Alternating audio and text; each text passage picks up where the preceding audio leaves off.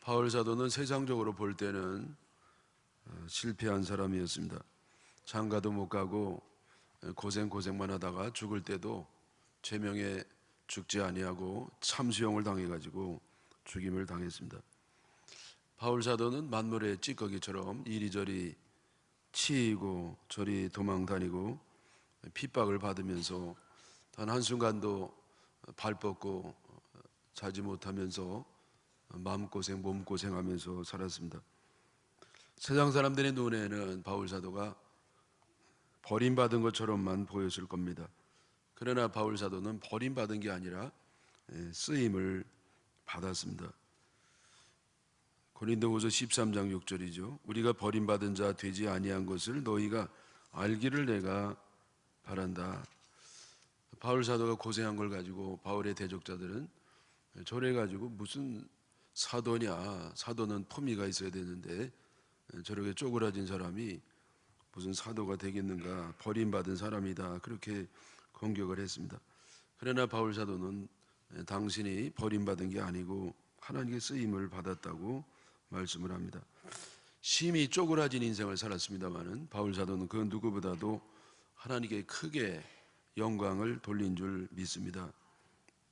성도들은 핍박을 받는다 할지라도 버림받지 아니하고 고난을 당한다 할지라도 망하지 않습니다. 어떤 상황 가운데도 절망하지 않고 포기하지 않고 죽음 앞에서도 겁을 내지 않습니다. 왜냐하면 이미 이겼기 때문입니다. 또 우리는 부활의 주님을 믿고 부활, 영생, 천국의 소망이 있기 때문에 죽음 앞에서도 겁내지 않습니다. 우리는 망할 수 없는 사람이에요. 망해도 괜찮아요. 왜냐하면 다시 부활하니까. 또 우리는 죽지 않는 사람인데 죽어도 괜찮습니다. 왜냐하면 다시 부활할 것이기 때문입니다. 캄캄한 밤길을 가는 것도 두렵지 아니하고 혼자 되는 것도 겁내지 아니하고 감옥 가도 괜찮습니다. 왜냐하면 하나님께서 함께 하시기 때문입니다. 성도들에게 더 이상 패배도 없고 절망도 없고 죽음도 없음을 믿으시기를 바랍니다. 바울 사도가 그 고생을 하면서 성도들에게 바라는 것은 없습니다. 오직 그들이 하나님 앞에 바로 서는 것, 그것이면 대만족입니다.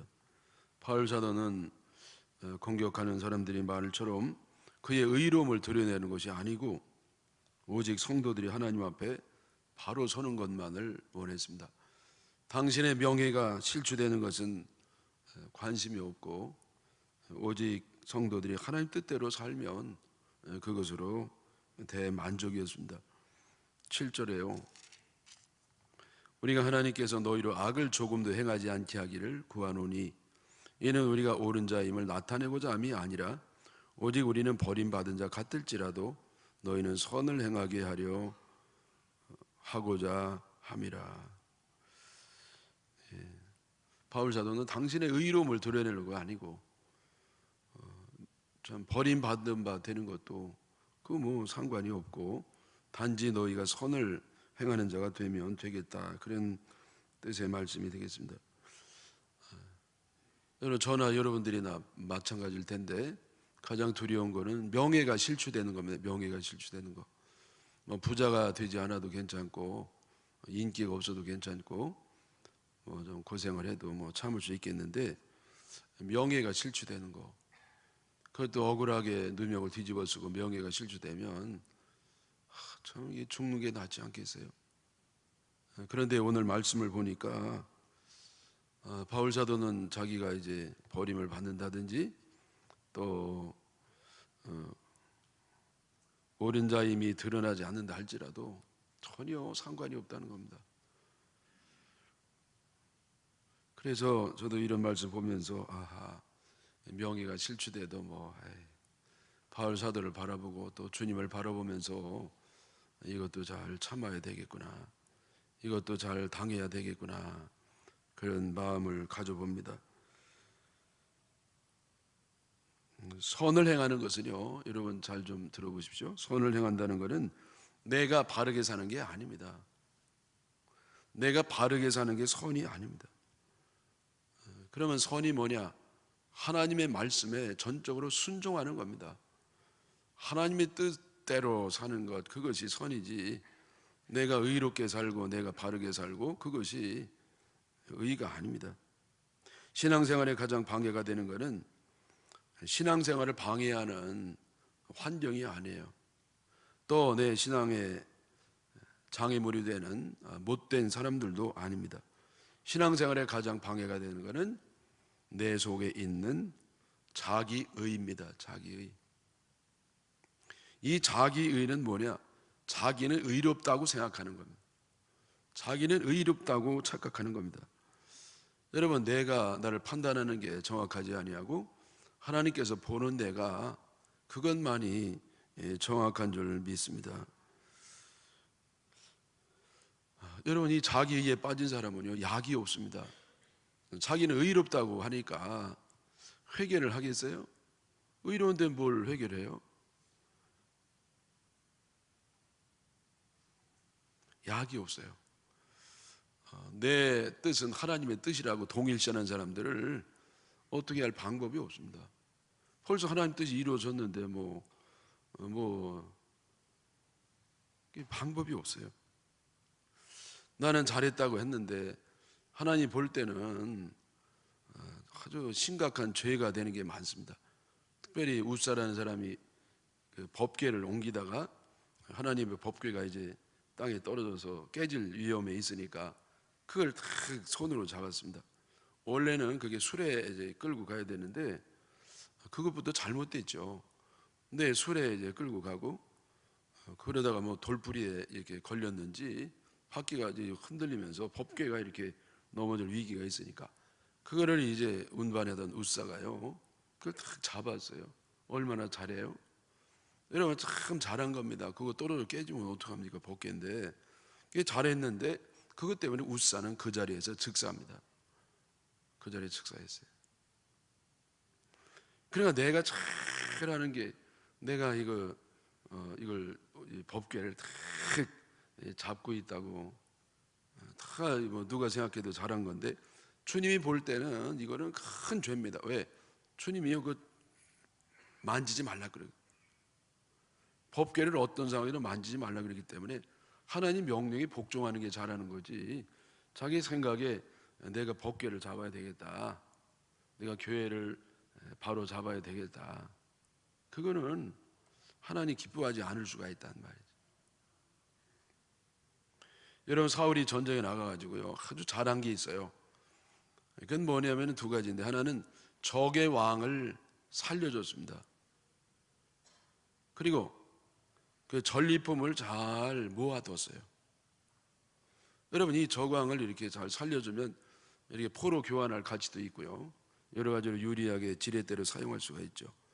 또 전리품을 이렇게 잘 모아둬가지고 공로를 세운 군인들에게 상으로 준다든지, 그러면 사기 진작에도 좋고 앞으로 전쟁할 때도 많이 저희들에게 격려가 될 겁니다.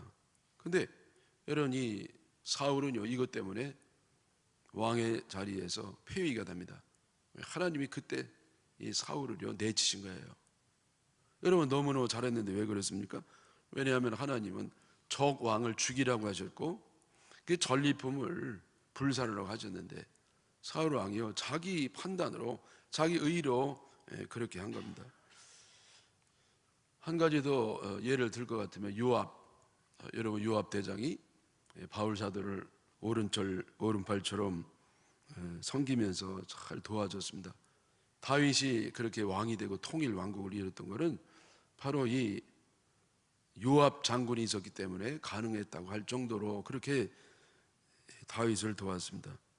근데 이 요압이 마지막에 어떻게 됩니까?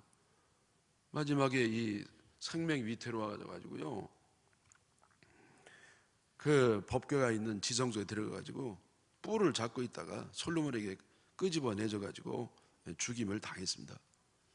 왜냐하면 솔로몬을 옹립하지 아니하고 아도니아라고는 다른 솔로몬의 배달한 형제를 옹립했기 때문에 그렇게 죽임을 당했습니다.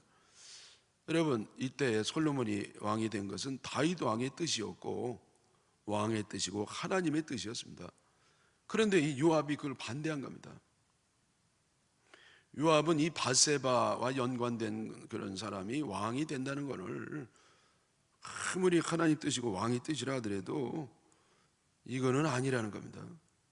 왜냐하면 요압은 다윗 왕이 그 부적절한 관계를 통해서 밧세바를 데려다가 잠을 자고 그게 또 잘못되니까 그냥 고의적으로 살인을 저지르고 그 충성스러운 우리야 군인을 죽이고 그 데려온 게 밧세바거든요. 근데 이 밧세바를 통해서 난 아들을 어떻게 왕을 시킬 수가 있습니까? 정질 부인의 아들들 잘생기고 똑똑한 사람도 많이 있는데 왜 하필이면 그 다윗 왕이 이게 좀 사고를 쳐가지고 데려온 이 여인에게서 난 아들을 왕으로 삼는다는 것이요. 이건 이해가 안 돼. 아무리 왕의 뜻 아니라 왕의 뜻 할아버지 하나님 뜻이라 하더라도 이건 인정할 수가 없는 겁니다. 자기 의지요. 자기 의가 생겨가지고 결국은 이렇게 죽임을 당하는 겁니다. 여러분 제가 지난주에 제가 있던 교회 집회하고 왔지 않습니까? 벌써 한 20년 가까이 돼가고 제가 거기 한 12년 동안 있었으니까 한 30년 전쯤 그 즈음에 막 열심히 했던 분들이 있어요. 그때는 새 신자였었고 또 막 집사가 되고 그래서 열심히 했던 분 가운데 이제 두 사람이 아주 참 저로서는 기대가 컸습니다. 왜냐하면 이분들이 얼마나 열심히 했는지. 한 분은요 교회가 부도가 났을 때 자기 생업을 뒤로 미루고 늘 매일매일 교회에서 살다시피 하면서 그 부도난 교회 뒤처리를 저를 도와가지고 많이 했습니다. 그래서 제가 이분은 나중에 장로님 되면 참 교회가 아름다워지겠다. 또 한 분도 있는데 이분 얼마나 성실한지 몰라요.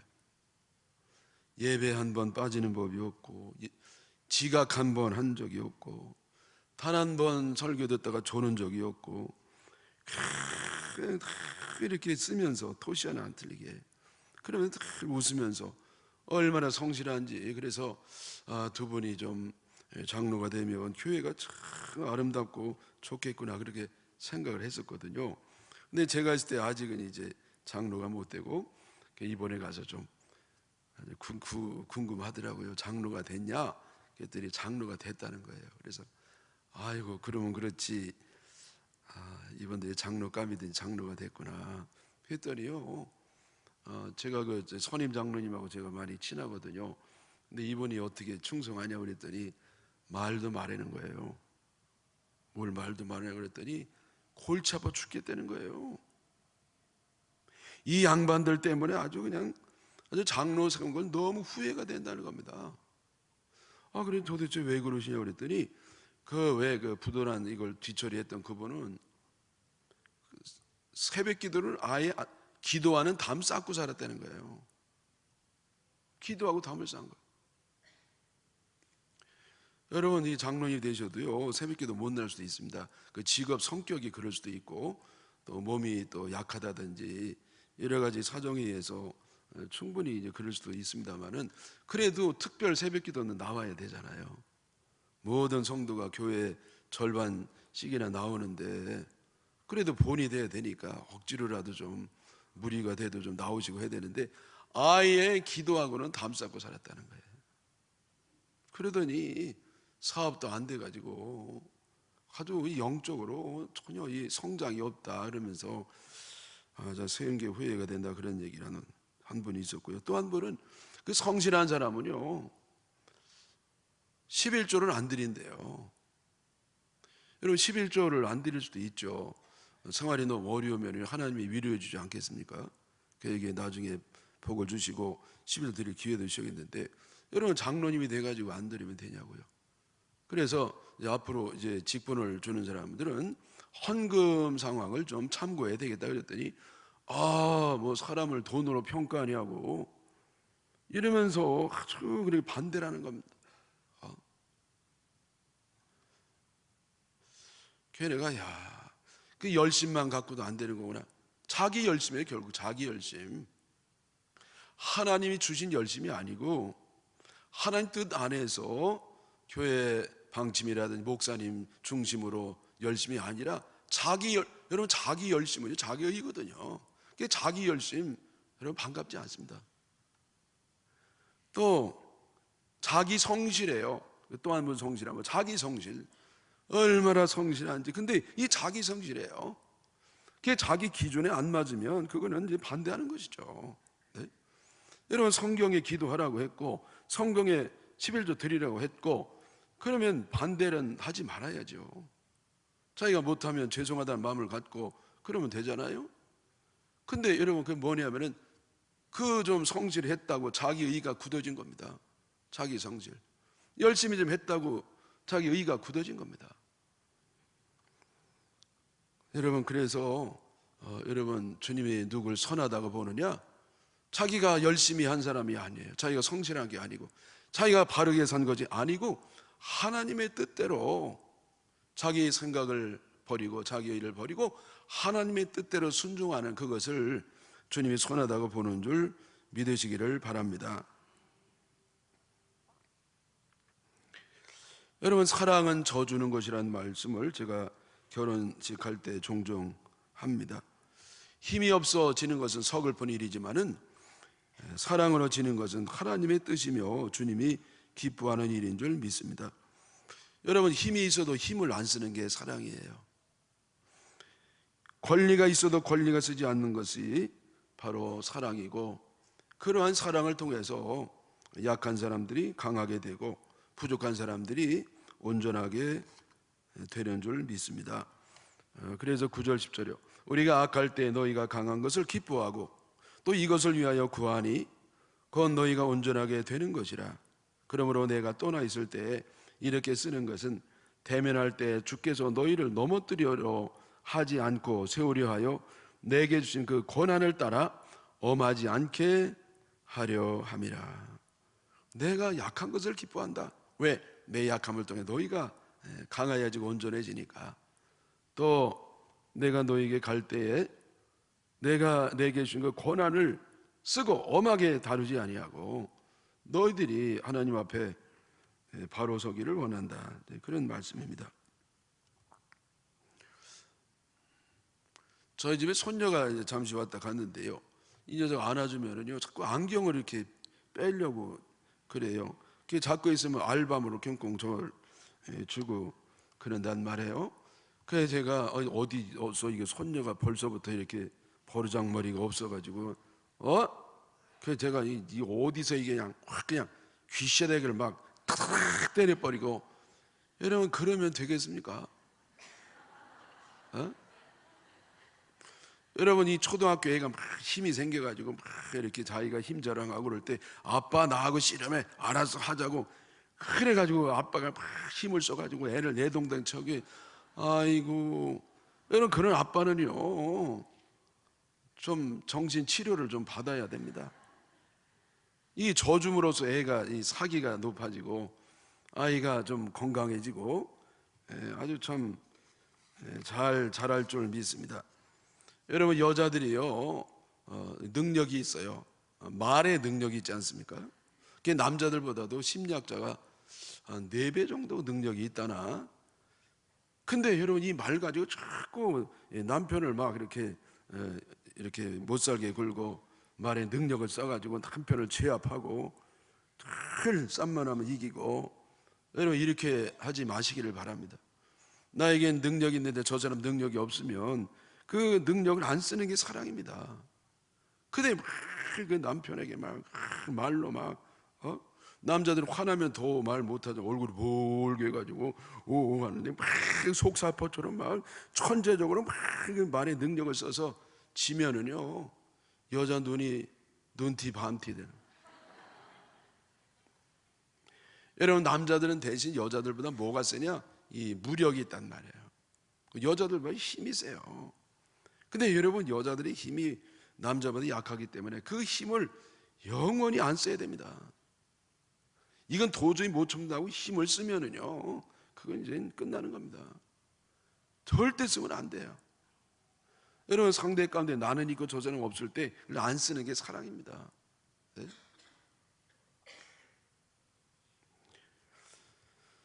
그래서 여러분, 내게 있는 어떤 힘이 있을지라도 그 씀을 쓰지 아니하고 같이 약한 자리로 내려가서 잘 그를 도와주고 섬기고 함으로써 성도들도 잘하고 아이들도 잘하고 가정의 행복이 이루어지기를 주님의 이름으로 축원합니다. 여기 바울 사도가 이제 이 고린도 전후서를 통해서 많은 권면을 했습니다만은 마지막 몇 가지 이제 권면을 합니다. 그 가운데 중요한 몇 가지인데, 첫째는 13장 11절이죠. 마지막으로 말하노니 형제들아 기뻐하라. 기뻐하라는 겁니다. 여러분, 감정으로 어떻게 내 마음대로 돼요? 근데 성경에는 기뻐하라. 내가 의지를 가지고 내가 기뻐하도록 결심을 하고 어떤 상황에도 기뻐하라는 겁니다. 뭘 기뻐할 일이 있어야 기뻐하죠. 그게 우리 세상의 사람들의 생각인데, 성경 말씀은 뭐라고 했냐면은 기뻐하라는 겁니다. 특별히 데살로니가전서에 여러분도 잘 아는 것처럼 항상 기뻐하라는 거예요. 천히 기뻐하라는 겁니다. 그 핍박도 많고 교회 문제도 많고 가정에 여러 가지 참 문제도 있고 그렇습니다만은 그러나 기뻐하라. 네? 제가 이번에 제가 집회 마친 다음에 저희 장모님이요, 이제 기억력이 오락가락 하시고 사람을 잘 못 알아보고 그래서 사이 좀 한번 보고 싶다고. 그래서 기억력이 상실되기 전에, 완전히 없어지기 전에 한 번이라도 좀 찾아가 봐야 되겠다고. 그리고 이제 저 용인에 갔는데요, 아이고, 천안 위로 올라가는데요, 그러지 않아도 평소에도 차가 많은데도 거기다가 더해서 비까지 오고 바람까지 불어가지고요, 얼마나 이게 복잡한지. 짜증이 나는 거 있죠. 그게 짜증이 나가지고 도대체 그냥 내 복잡한 데 싫어가지고 이 수도권에 안 올라온 사람인데 내가 왜 여기서 이렇게 고생을 하고 내가. 근데 주님이 딱 저에게 또 나타나셨어요. 전 주님이 나타나면 별로 안 좋아해요. 왜냐하면 내 마음대로 못하니까. 그 주님이 기뻐하라. 기뻐하라는 거야. 이거 어떻게 해요? 그래서 아이고 주님, 제가 기뻐하겠습니다. 기뻐할 건더기가 좀 있으면 좋겠습니다. 그 떠오르는 생각은 뭐냐면요, 이런 데 안 사는 게 얼마나 기뻐요. 여러분, 해운대 얼마나 좋습니까? 네? 그래서 하나님이 이렇게 참 이렇게 복잡하지 아니하고 그래도 이렇게 좀 여유가 있는 곳에 살게 하신 게 얼마나 감사한지 감사하고 기뻐했습니다. 여러분, 요즘 가면 갈수록 더 세상이 험해지고 사람들이 더 싸나워지고 잔인해지고 이런 세상에 우리가 살고 있는데요, 그래도 우리가 기뻐할 수 있는 비결이 뭐냐? 그것은 하나님이 나를 너무 사랑하신다는 거예요. 하나님 나를 너무 사랑해서 기쁨을 주체할 수 없다는 거예요.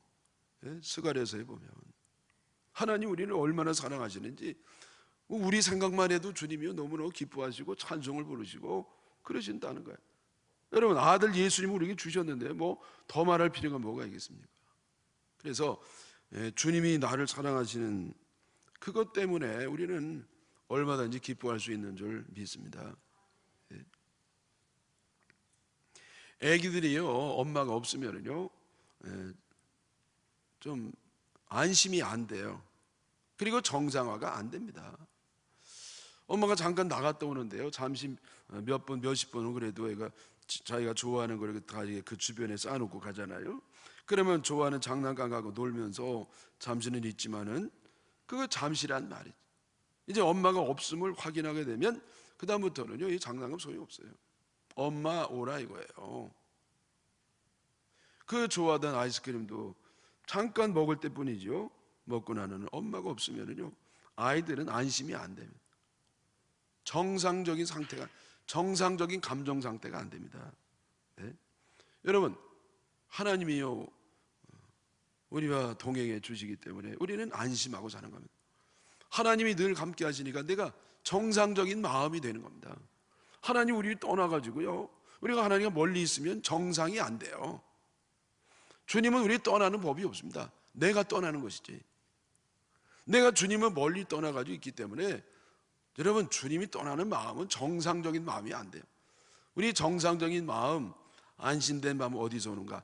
하나님이 가까이 있을 때, 하나님이 나와 동행한다는 그 사실을 느낄 때 우리는 정상적인 마음이 되고 안심이 되고 기뻐하는 마음이 되는 줄 믿으시기를 바랍니다. 그 다음에 또 이 권면이 뭐냐면은 온전하게 되라. 온전하게 되라는 겁니다. 여러분, 온전과 완전히 다른 거 아시죠? 완전은 완벽한 상태입니다. 부족함이 하나도 없는 상태예요. 근데 이 온전은 뭐냐?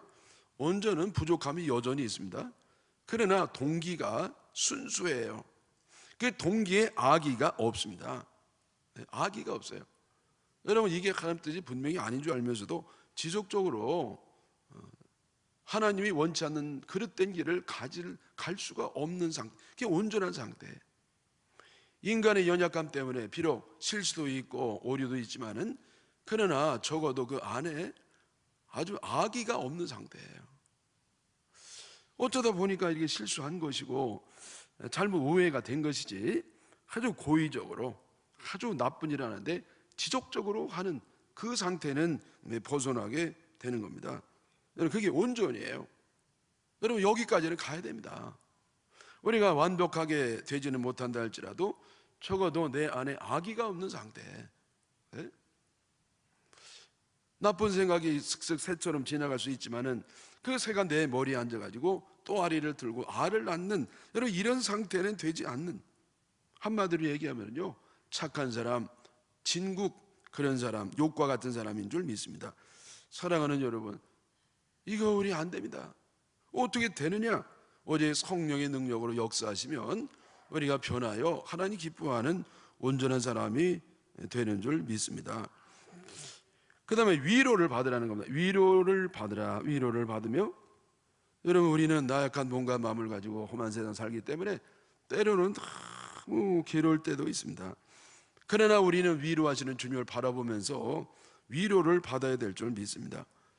여러분, 우리는 고통이 너무 클 때도 있습니다만 도저히 감당할 수 없지만은, 그러나 나의 고통을 해결해 주기 위해서 십자가 지신 주님을 바라보면서 위로를 받기를 바랍니다.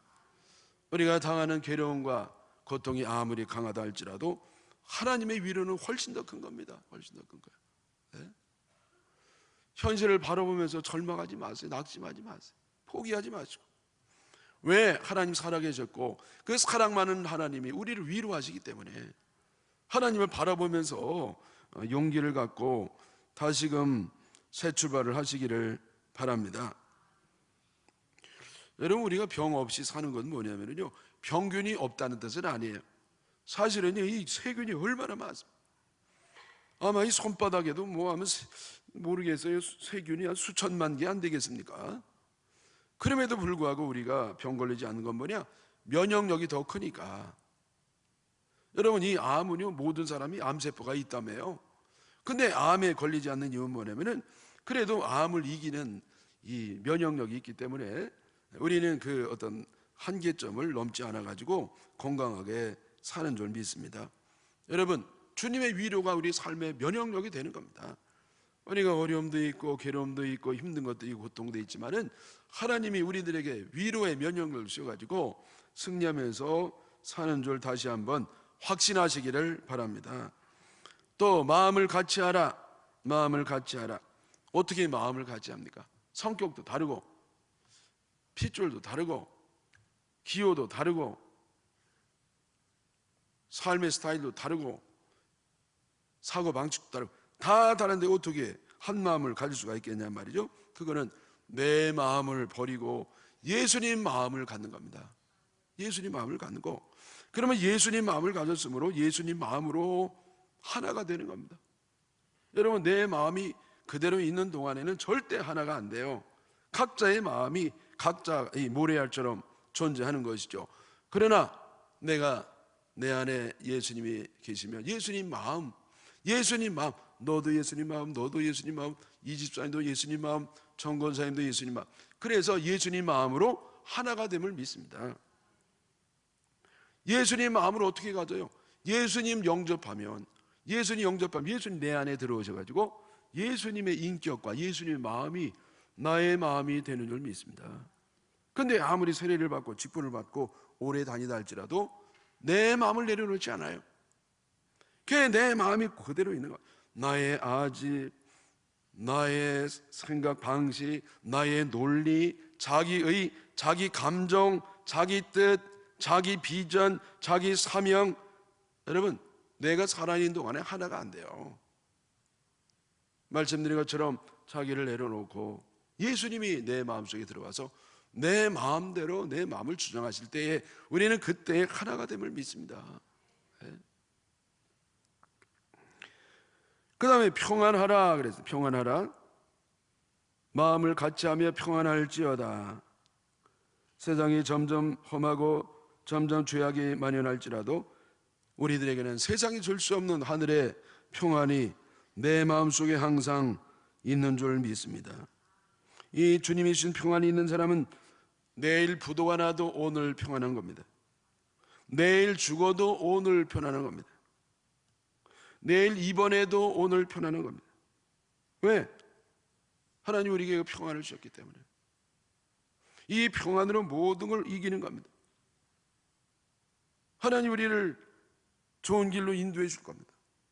지금은 도저히 이해가 안 가고 어렵고 괴롭지만은 결국 하나님이 내가 알 수 없는 깊은 뜻을 가지고 하나님이 좋은 길로 인도하시는 겁니다. 나는 이해가 안 돼요. 그러나 하나님의 뜻이 분명히 있는 겁니다. 그래서 우리가 이럴수록 주님을 신뢰하고 나갈 때 하나님 평안이 내 안에 있으면서 나에게 승리의 삶을 주는 줄 믿습니다. 그리고 우리는 주님께서 동행하심을 믿어야 될 줄 믿습니다. 또 사랑과 평강의 하나님이 너희와 함께 계시리라. 너희와 함께 계신다는 겁니다. 네? 여러분, 주님은 눈에 보이지 않고 귀에 들리지 않지만은 분명히 살아계셔서 나와 함께 계시고 나를 인도해 주심을 믿습니다. 여호와 나의 목자시니 내게 부족함이 없으리로다.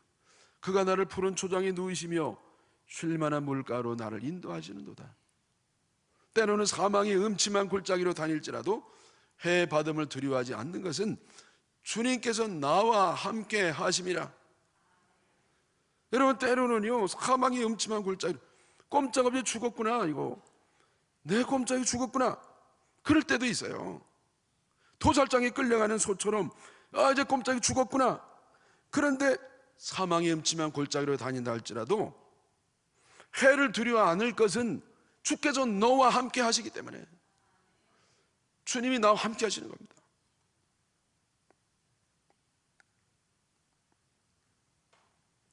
어떤 목사님이 아주 기적적인 그런 경험을 하셨어요.